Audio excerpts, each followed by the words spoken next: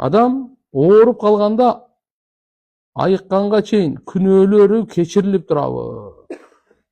Мурда эгерде бул иманда, жакшы амалда жашоосун өткөрүп турган болсо, эми ооруп калды, айыкканга чейин күнөөлөрү кечирип турат эмес, ошондо эле баары кечирилип калат. Айыкканга чейин еще көп бар ал. Даражасы көтөрүлө берет ага. Оорулуу адамды ах деп кыйналганы бар го, субханалла деп зикир кылган соо жазат. Ооруган адамды. Ооруган адамга мыяктан зияратка барасың го, 70 000 периште коштоп барат. Ошо зиярат кылып аткан адамга дуа кылат. Эми оорулуу адамды өзүңүз айтыңызчы. Чөн эле бул барып аткан адамга ушунчалык сый урмат берилип атат. Оорулуу адам Алланын райымында чөмүлүп турат. Дуасы мустажаб. Оорунун да фазилети чоң. Кандай десеңиз, бунун дуасы кабыл болот. Аллага жакын болот. Текеберлиги жана башкалары сынат. Бул жөндөн жөн сынбайт да булар. Бул дагы оору, демек Алланын белеги болуп калды да. Оору Алланын белеги болуп калды. Күнөөлөрүң кечирилип атса, дуаң кабыл болуп атса, Аллага жакындап атсаң, текеберлигиң сынып атса, Алланын райымында бөлөнүп отурсаң. Пайгамбар айткан, оорулуга зиярат кылсаңыз, ошонун жанында канча отурсаңыз, ошончолук Алланын райымында чөмүлүп турасыз деген. Чөмүлүп турасың. Ошон үчүн оорулуу кишиден барып дуа сурагыла деген. Бизге дуа кылып коюңузчу. Айткыла, чтоб силерге дуа кылсын деген. Эмне үчүн? Анын дуасы менен Алланын ортосунда парда жок деген. Бир алым айткан экен, я Алла, ден соолук неемат, оору дагы неемат деген экен. Ден соолук неемат, оору дагы эмне экен? Неемат. Бирок, я Алла, ушу оору неематын ден соолук неематын алмаштырып койчу деп элечи. Түшүндүңүзбү? Мага ден соолук керек.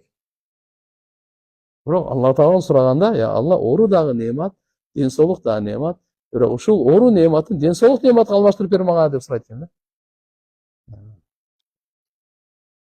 Так. Имран ибн Хусейн. Хусейн ибн Имран мекен? Аты киши экөөнү мындай болуп калмады. Имран ибн Хусейн разияллаху анху. Бул киши көп ооручу экен, сахабачы. Көп ооручу экен да. Субханалла. Бул ушу ооруганда алабалын сурап зияратка периштелер келишкен.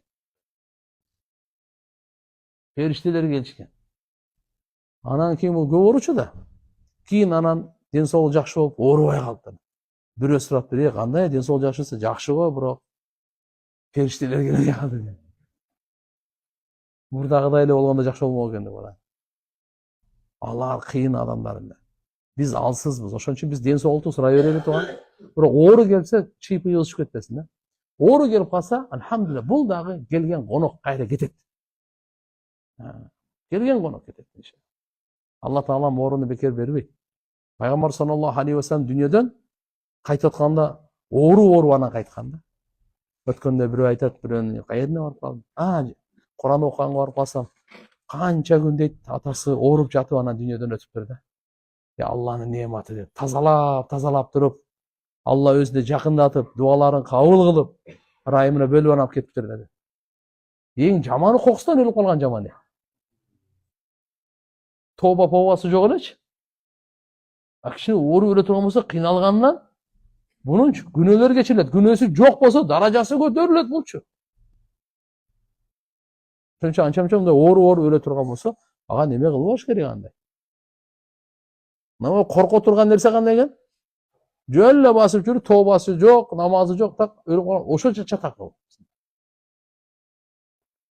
Ооруганда уже көп нерсени уже ал сөз менен түшүндүрө турган нерсе эмес ал. Канча кечирим сурап берет, жүрөктөн элечи. Кыйналганданчы. Түз связга чыгат. Я Алла, мага шифа бер. Мен көп жаман иштерим бар эле, кечирчи бардым. Жөн. Ат душу жүрөктүн тереңинен тоба кылат.